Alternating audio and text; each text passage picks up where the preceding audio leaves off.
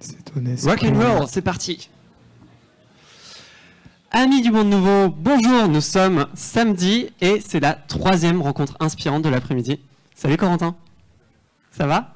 Attends, je vais t'allumer ton micro. Et donc, 3e rencontre inspirante de l'après-midi avec Corentin. Corentin, tu fais partie des shifters.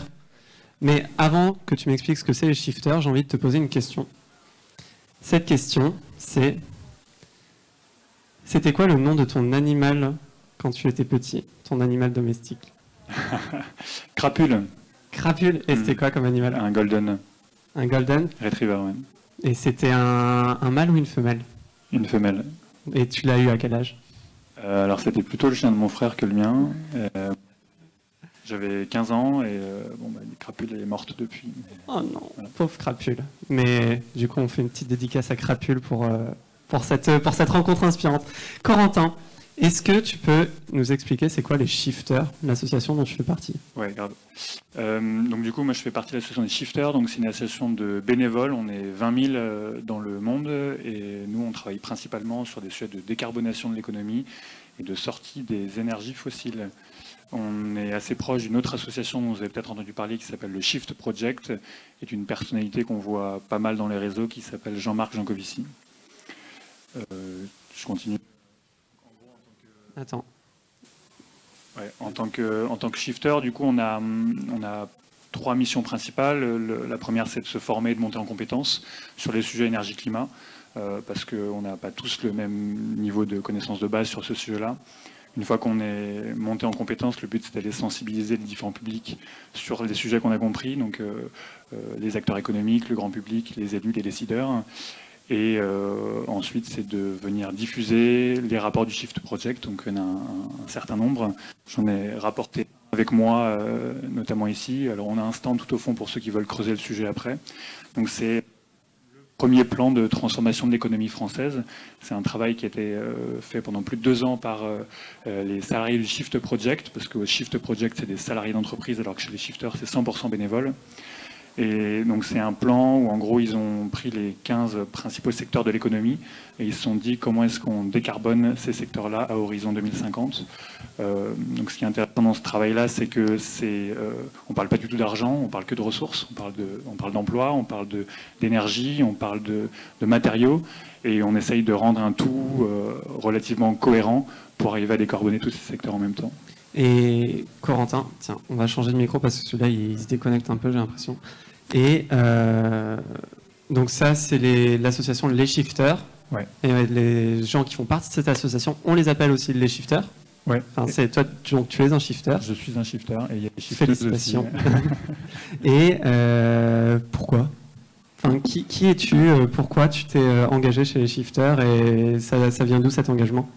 Alors moi je suis agronome de formation, donc je fais mes études à Montpellier il y a une dizaine d'années et j'ai eu une grosse remise en question pendant mon doctorat.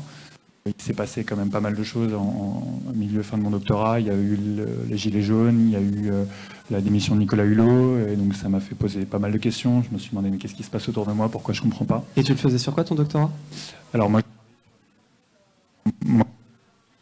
allô. On essaye de te censurer. Il y a les hommes, pourquoi. Mets-le comme ça. Comme ça, vraiment. Ok, ça marche. Je travaillais sur les capteurs de rendement embarqués sur des moissonneuses-batteuses. En fait, c'était des capteurs qui mesuraient en temps réel ce qu'on récoltait avec les moissonneuses-batteuses en grande culture. Et l'idée, c'était de récupérer des informations à haute résolution pour cartographier la production à une échelle dans la parcelle ou sur l'exploitation. Donc l'idée, c'était d'avoir un peu plus précise de la production sur les parcelles en agriculture. Et donc quand tu bossais là-dessus, en fait, tu t'es posé plein de questions vis-à-vis du contexte dans lequel on évoluait à ce moment-là, et ce qui t'a emmené à, du coup, t'engager derrière. Oui, les shifters restent un engagement qui est bénévole. Donc moi, je continue à ce domaine des outils numériques pour l'agriculture. Oui. Richard qui ne comprend pas pourquoi ça saute comme ça. Je peux parler fort. Non? Est-ce que vous entendez ou est-ce que c'est très saccadé du coup? Ah, ok. Ça dépend. Et donc moi je continue à travailler dans le domaine des outils numériques pour l'agriculture et je continue à questionner ces enjeux, les enjeux et les usages du numérique de manière générale. Et donc je suis engagé à titre bénévole chez les shifters avec 2 casquettes. Je coordonne l'antenne locale des shifters du Languedoc-Roussillon. Donc pour ceux que ça intéresse, on a un stand là-bas. Et au niveau national, je suis au conseil d'administration et je coordonne les antennes locales en France et à l'international. Il y en a une 50aine. Donc il y a beaucoup d'engagements shifters. Je vous ai dit qu'on était 20 000. Et on est tous très impliqués. Tu disais 20 000 dans le monde, c'est-à-dire qu'il n'y en a pas qu'en France des shifters? Non, on a une 50aine d'antennes locales. Donc alors, tous les shifters sont forcément dans des antennes locales, mais on a une 30aine d'antennes locales en France métropolitaine, on en a quelques-unes dans les DOM, et puis après on a le reste à l'international, et les plus grosses antennes hors France qu'on a, on a Belgique, Suisse et Québec. Mais on a une quinzaine d'antennes locales à l'international. Et s'engager chez les shifters, c'est aussi avoir une certaine vision de la transition écologique et du problème écologique. Est-ce que tu peux développer un peu comment toi, en fait, tu abordes le problème de la transition écologique, du changement climatique, et du coup, notamment, ce qui est une particularité chez les shifters, c'est qu'on s'intéresse aussi beaucoup à la finitude des ressources et à l'utilisation des ressources minérales, etc. Je pense que ce qui caractérise les shifters, c'est déjà les premières valeurs de décarbonation, des règlements climatiques, et puis la compréhension que le problème est hyper complexe et qu'il n'y a pas de réponse binaire à un sujet complexe comme ça. Les shifters sont conscients que de la finitude des ressources, des problèmes d'approvisionnement, du fait qu'on va droit dans le je pense que c'est vraiment de la censure. Il disait on va droit dans le mur, clairement. Et donc il y a des gens qui ne veulent pas qu'on l'entende. Mais bon, je pense que si vous êtes là, vous avez une petite idée de quoi on parle quand même.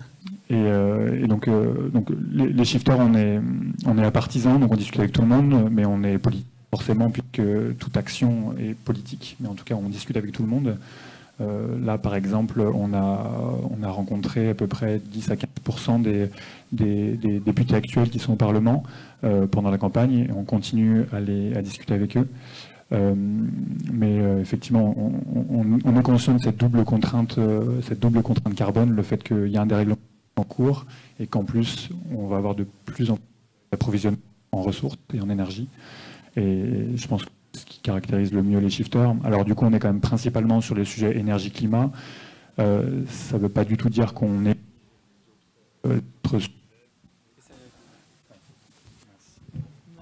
Merci. Ça ne veut pas dire qu'on néglige les autres sujets de société, d'inégalité, de biodiversité.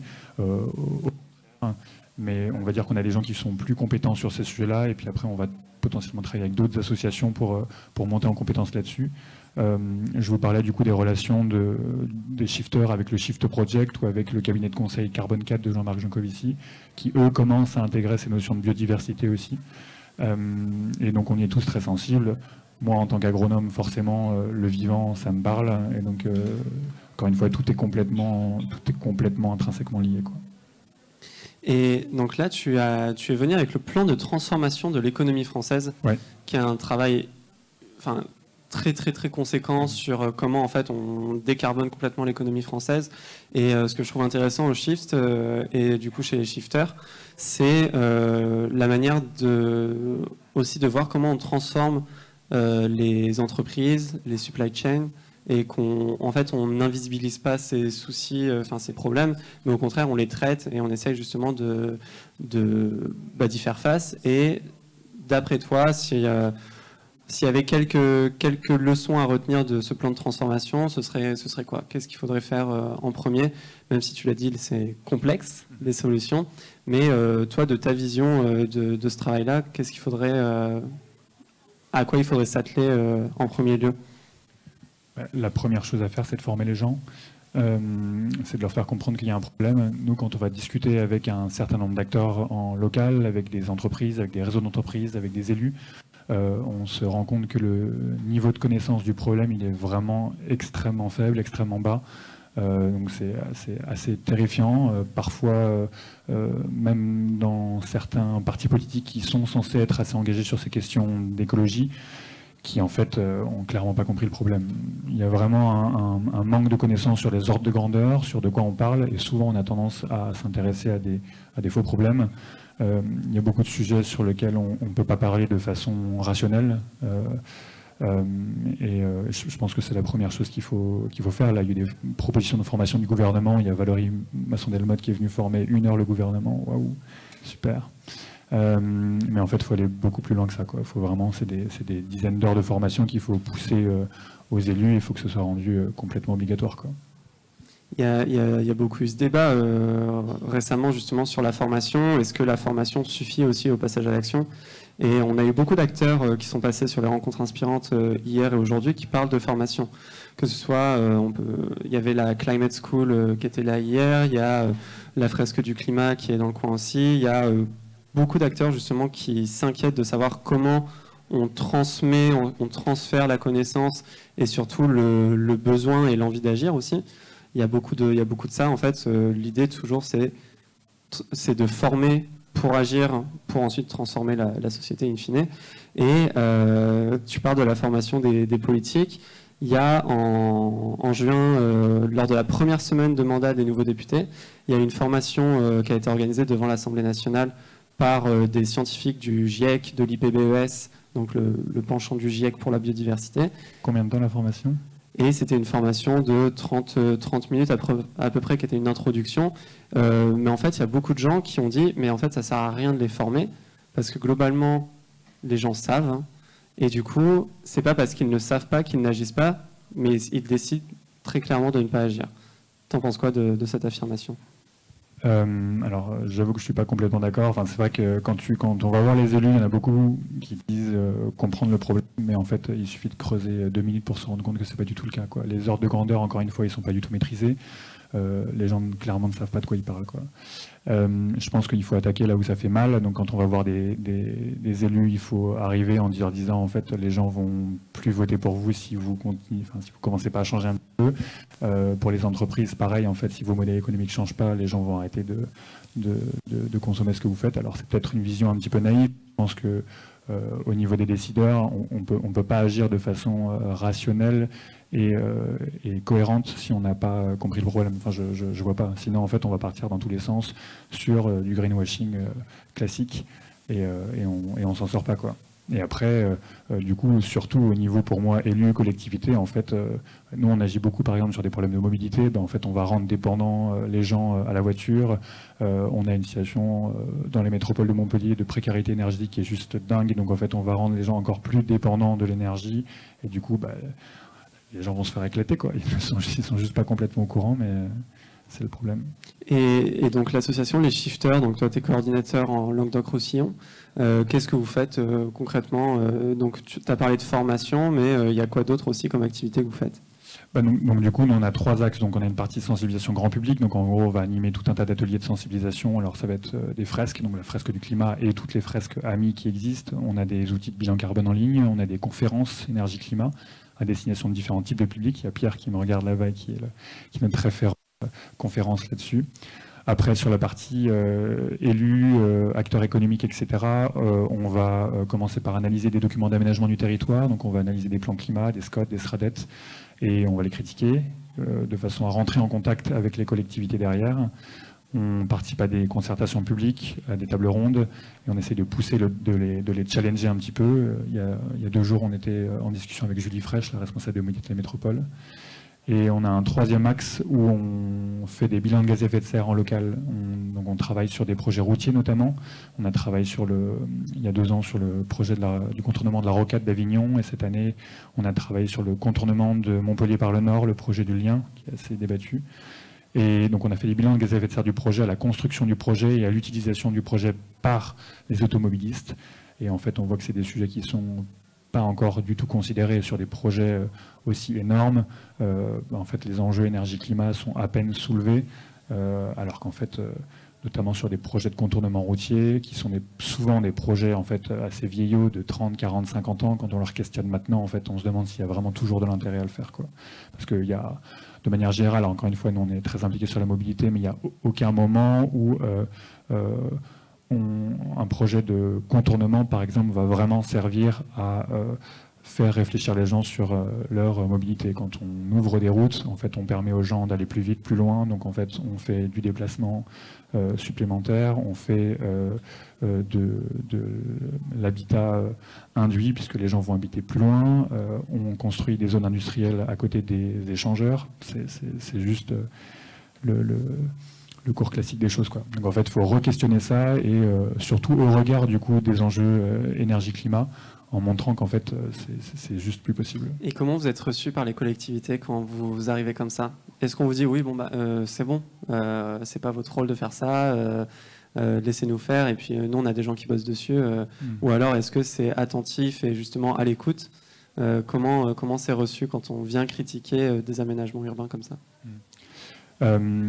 Alors, juste par exemple sur le projet du lien, sur le bilan carbone qu'on a sorti, donc ça a été utilisé par plusieurs associations engagées, la mairie de Grabel, pour faire un recours au Conseil d'État. Bon, du coup, le Conseil d'État a complètement annulé ce recours, donc bon, ça n'a pas forcément servi à grand-chose, mais ça a donné une image de marque. Je pense qu'on est quand même, pour l'instant, assez bien reçu. Ce que je disais, on a discuté avec Julie Fraîche et les directeurs du cabinet il y a 2 jours. On est écouté notamment parce que derrière nous il y a l'image du Shift Project avec Jean-Marc Jancovici. Alors on peut aimer ou on ne peut pas aimer, mais en tout cas ça nous ouvre des portes de façon assez impressionnante. Et quand on discute avec eux, ils nous écoutent parce que on est une association qui est un peu moins militante que d'autres associations. On est souvent vu comme une caution scientifique que peut-être d'autres associations ont moins, mais parce qu'ils vont être engagés sur d'autres choses. Et derrière, on est capable de discuter et de la challenger un peu. Par exemple, ce dont on s'est rendu compte aussi en discutant avec les acteurs de la métropole, c'est qu'il y a des gens qui sont quand même engagés là-dedans, qu'il y a des problèmes, par exemple, d'éclatement des compétences de la mobilité entre des gens qui vont entre les comités de communes, les comités d'agglomération, les départements, la métropole, la région. Et en fait, on se rend compte qu'il y a plein de choses qu'on a envie de faire avec eux, et en fait qu'eux tout simplement ne peuvent pas faire, quoi. Donc on essaye d'être ouvert quand même et comprendre leurs produits avant de les attaquer cash, quoi. Tiens, enlève ta main de l'émetteur. Voilà. Et du coup, donc vous parlez avec les métropoles, etc.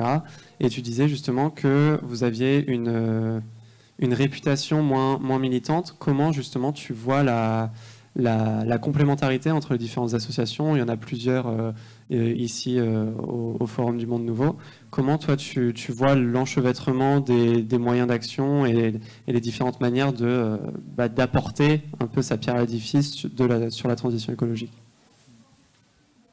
Je pense que toutes les associations ont leur intérêt. Nous, encore une fois, à cause ou grâce à Jean-Marc Jancovici, il y a des associations qui n'ont pas forcément envie de travailler avec nous, notamment par rapport à des positions sur le nucléaire, mais bon, je suis prêt à discuter avec vous et avec les shifters pour vous montrer qu'on ne partage pas tous les mêmes positions que Jean-Marc Jancovici surtout. Mais globalement, moi quand je suis rentré dans le bénévolat chez les shifters, je pensais qu'assez naïvement on pourrait discuter facilement avec tout le monde, travailler sur des problématiques communes. Je me rends compte que c'est pas complètement si facile que ça, parce qu'en association il y a des enjeux d'ego, il y a des enjeux de subvention qui rentrent assez fortement en jeu. Donc je me suis fait un peu avoir au début. Maintenant on va dire que je suis un peu plus solide là-dessus. Mais par exemple sur des projets routiers comme le lien, ça nous a permis de travailler avec des associations engagées, et ça a super bien marché. Notre bilan carbone a été réutilisé plusieurs fois. On nous sollicite, on vient discuter avec nous maintenant, et on se rend compte qu'en fait qu'on n'est pas des grands méchants loups, quoi. Et justement ces expertises, parce que du coup tu disais c'est la partie science aussi qui est beaucoup expertise scientifique, ouais. Qui est appréciée chez les shifters et via le Shift Project. Comment vous trouvez le temps, parce que vous êtes tous bénévoles, hein, comment vous trouvez le temps? Est-ce que y a des personnes qui sont expertes aussi, ou est-ce que c'est juste essayer de réunir des expertises autour d'un même sujet? Enfin, comment vous travaillez concrètement, et qu'est-ce qui fait que votre expertise est une vraie expertise aussi pour accompagner des projets comme ceux dont tu parles? Alors sur les compétences, moi par exemple ce que je disais, c'est que moi je suis agronome de formation à la base, donc du coup j'ai pas une formation dans les... Donc je me suis aussi un peu tout seul passer des formations bilan carbone, etc. Comme ça. L'intérêt des shifters, alors malgré le biais démographique qu'on a, c'est qu'on a souvent des gens qui travaillent dans des entreprises, des secteurs à décarboner, donc qui maîtrisent les sujets, qui comprennent les sujets. Et donc on n'a pas de problème de technicité chez les shifters. Il y a toujours des gens à qui on peut demander des infos très précises. Chez nous en local, quand on travaille sur des projets routiers, en fait, on a des gens qui sont dans le secteur de la mobilité ou du bâtiment ou du BTP et qui sont capables de nous dire en fait, non, attention, là, ce facteur d'émission, ça va pas trop. Là, tu as oublié de prendre ça en compte. Donc en fait, on est clairement aidé là-dessus. Après, en termes de temps de travail, c'est du bénévolat, donc chacun donne ce qu'il veut. Là, je disais qu'en local, on est entre 150 et 200. On a un cœur d'actifs, je dirais, d'une trentaine de personnes, donc c'est aussi assez naïvement, quand je suis rentré dans le bénévolat, je me suis dit que tout le monde était hyper impliqué. C'est quand même pas forcément toujours le cas, mais on rencontre des super personnes et des personnes très très motivées quand même. Et c'est du temps qu'on passe le soir, le midi ou le week-end pour sortir des travaux comme ça, et quand on voit derrière qu'ils sont réutilisés par d'autres associations et qui sont lus, ça fait toujours plaisir, quoi. Bon, après, quand ils sont rejetés par le Conseil d'État, ça fait toujours moins plaisir. Juste par curiosité, comme ça, qui fait du bénévolat dans la salle? Donc, il y a plein de personnes à aller recruter aussi, t'as vu? C'est le moment où je vais vous laisser poser des questions, si vous en avez, dans la salle. Il y a un micro à disposition que vous pouvez saisir de manière très vive et très rapide. Voilà, comme Nathalie le fait, là, elle se jette comme ça pour l'obtenir. Vas-y, Nathalie. Je voulais avoir un peu plus de renseignements justement par rapport le fonctionnement. Est-ce que vous travaillez par mission? C'est-à-dire qu'en fonction d'une mission, vous appelez des experts d'un ou plusieurs sujets. En local ou en national? En local et peut-être en national, je ne sais pas, pour savoir un petit peu voilà, comment vous gérez l'engagement aussi de vos bénévoles dans le temps. Alors ça, c'est une grosse question qu'on se pose au conseil d'administration. Vu que chez les shifters, alors juste sur le biais démographique des shifters, parce que je pense que c'est quand même important de le partager, on a quand même plus d'hommes que de femmes. On a quand même souvent des profils qui ont fait des études longues, avec un profil parfois un peu plus ingénieur. Alors on est ouvert à tout le monde, mais les discours de Jean-Marc Jancovici du Shift, ça touche au départ plutôt ces profils-là, même si on aimerait qu'on ait beaucoup plus de femmes, d'artistes, de sciences humaines et sociales, du médical qui viennent nous rejoindre. La question de l'implication long terme chez les shifters, elle est posée, comme dans toutes les associations. Alors on a, par exemple, au niveau national, on a des newsletters et on a un taux d'ouverture de newsletters de 50 à 60%, donc je pense que ça fait rougir pas mal d'associations et de partis politiques, donc ça c'est plutôt cool. Par contre, on a un gros turnover, mais comme un peu partout dans tous les projets, en fait, on a des gens qui restent 2, 3, 4 mois et puis après qui switchent. Sur des projets locaux, le souci, c'est que comme on offre aussi un espace de convivialité, de discussion avec les gens, en fait, c'est du long terme. En fait, les gens, il faut qu'ils restent aussi assez longtemps. Donc c'est des questions qu'on travaille comme on peut. Alors, on a des appels à volontaires au niveau national. Donc, dès qu'il y a un projet à lancer, dès qu'il y a une nouvelle initiative, en fait, on fait un appel pour toucher le plus de monde possible et potentiellement pour impliquer des gens qui maîtrisent moins l'association, parce qu'au moins tout le monde reçoit cet appel à volontaire-là. On fait en sorte de répondre à tout le monde. Donc tous ceux qui ont postulé, qui ne sont pas retenus, par exemple sur un projet où on a besoin de 10 personnes, il y en a 50 qui répondent, on répond à tout le monde. Donc ça c'est bien. Le fait qu'on soit, on va dire, plutôt au départ profil ingénieur, il y a un sacré quantité de travail en termes de gestion de projet. Alors je vous laisse imaginer le nombre de bases de données, de structures, d'infrastructures qu'on a. Ça là-dessus on est assez impressionnant. Donc parfois c'est un peu gynégas clairement, mais on essaye de mobiliser les gens comme ça. En local, ce que je disais, on est entre 150 et 200. Du coup, j'ai envie de dire, quand on a trop de monde dans le groupe local, c'est un peu un problème de riche. Là, ce dont on a besoin, c'est d'impliquer les gens sur des projets. Et en fait, comme on fait énormément de choses, les gens ont un peu du mal à se positionner. Par rapport à d'autres associations comme la Fresque du Climat, par exemple, quand tu arrives à la Fresque, tu sais ce que tu vas faire des fresques.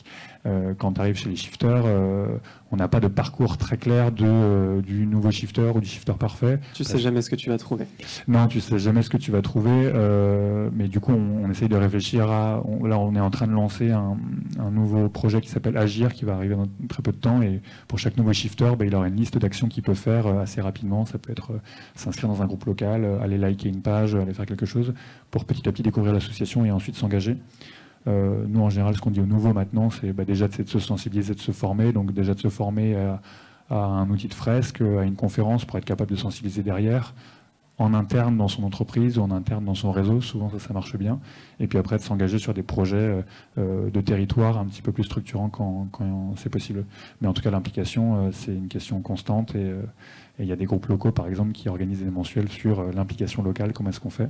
Mais il y a un moment en fait, si ce sujet de décarbonation importe pour les gens, si l'urgence écologique elle est comprise, en fait, moi, j'avoue que j'ai eu un peu de mal à comprendre comment est-ce qu'on n'est pas capable de donner 2 à 3 heures par semaine, quoi.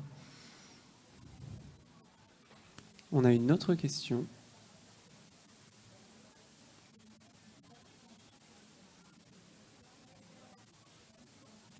J'ai bien aimé la vivacité aussi avec laquelle la main se levait à la fin de la prise de parole de Corentin. Bonjour et merci pour tout votre engagement. Je voulais savoir par rapport au... Alors, j'ai découvert il y a quelques années qu'il y avait un certain nombre d'associations, comme vous le disiez, qui travaillaient sur ces chiffrages d'enjeux de décarbonation, des enjeux de la transition, de manière plus vaste. Et alors, du coup, moi, je me disais...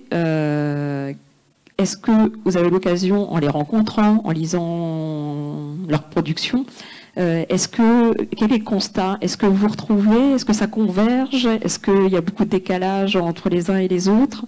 Je pense dans la région, je crois, où il y a le scénario Négawatt qui s'est renouvelé à plusieurs reprises. Voilà, moi je connaissais celui-là parce que j'avais assisté à une conférence comme là, j'assiste à votre intervention. Mais du coup, concrètement, est-ce que voilà, on pousse tous dans le même sens hein, ou pas? Alors du coup là, ce dont tu parles, c'est des scénarios de transition comme à une échelle très, très globale. Donc tu parles des scénarios RTE, Négawatt, de l'ADEME, etc. Nous, là par exemple, on n'est pas directement intervenu dessus. Enfin, globalement, il y a une association qui s'appelle Éclair qui est en train de se monter pour justement pouvoir discuter de façon rationnelle de ces sujets de transition énergétique et de voir comment est-ce qu'on les aborde. Nous, en local, quand on travaille sur des projets de bilan carbone, on n'a pas trop vu d'autres associations qui faisaient la même chose que nous. On est complètement ouvert à discuter avec eux. Je ne sais pas quoi te dire d'autre là-dessus. En tout cas, par exemple, quand on fait des fresques ou des bilans carbone, enfin, si tu veux, on utilise souvent les mêmes bases de données de l'ADEME, les mêmes bases de données carbone. Donc, si on fait un travail à peu près cohérent, on tombe à peu près sur les mêmes chiffres. Mais là, ce dont tu parles, toi, c'est plutôt des scénarios de transition.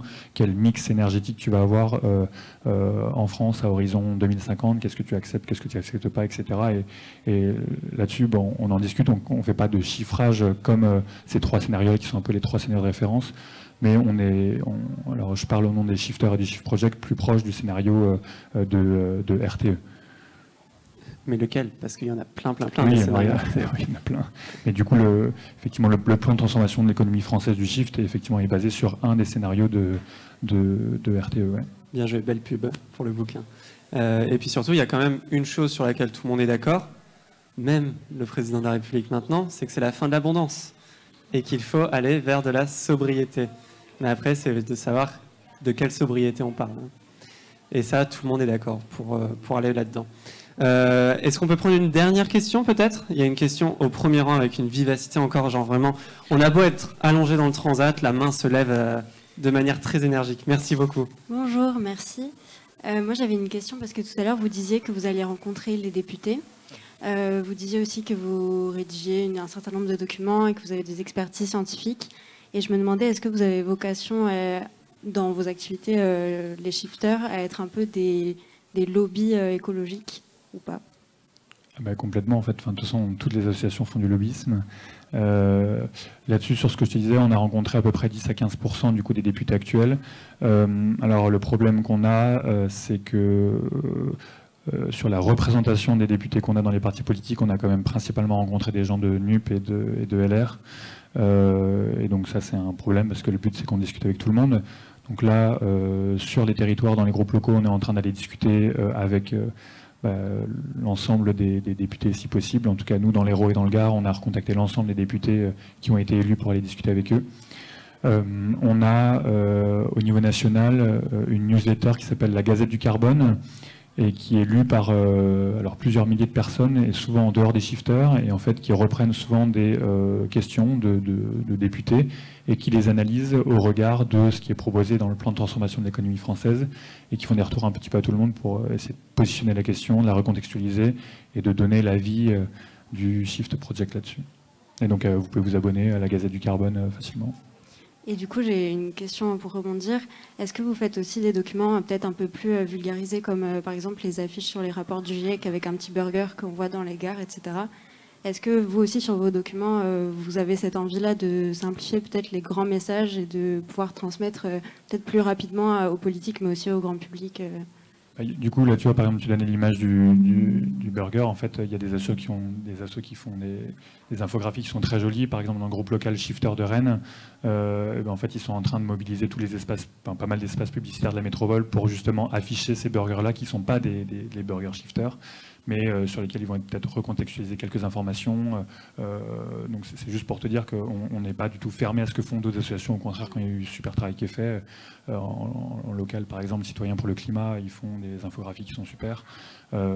Donc nous, on en a fait. Alors il y a eu un travail de vulgarisation qui était fait sous forme de vidéo en motion design sur un rapport du GIEC. Alors je crois que ça dure 2 à 3 minutes. Le problème, c'est qu'une vidéo en motion design, c'est super long à faire. C'est quand même un travail de malade. Donc en fait, ils se sont rendus compte que finalement, ils allaient peut-être plutôt repasser sur des infographies. Nous, on a des infographies qu'on utilise dans les salons pour engager les gens sur les rapports qu'on sort en direct. Alors à terme, pourquoi pas faire de l'infographie? Il y a des projets en cours là-dessus, mais c'est pas fait à chaque fois. C'est vrai qu'on est... Les shifters, ils sont... Ce que je dis souvent, c'est pas très bon pour organiser des événements. Par contre, pour lire du rapport, écrire du rapport, là, il n'y a pas de problème. Là, tu trouveras tout ce que tu veux, quoi. Merci beaucoup pour vos questions. On va s'arrêter là pour cette 3e rencontre inspirante. Merci beaucoup, Corentin Leroux. Merci à toi. Et on se retrouve avec Loïc Blaise dans 2 petites minutes. À tout de suite.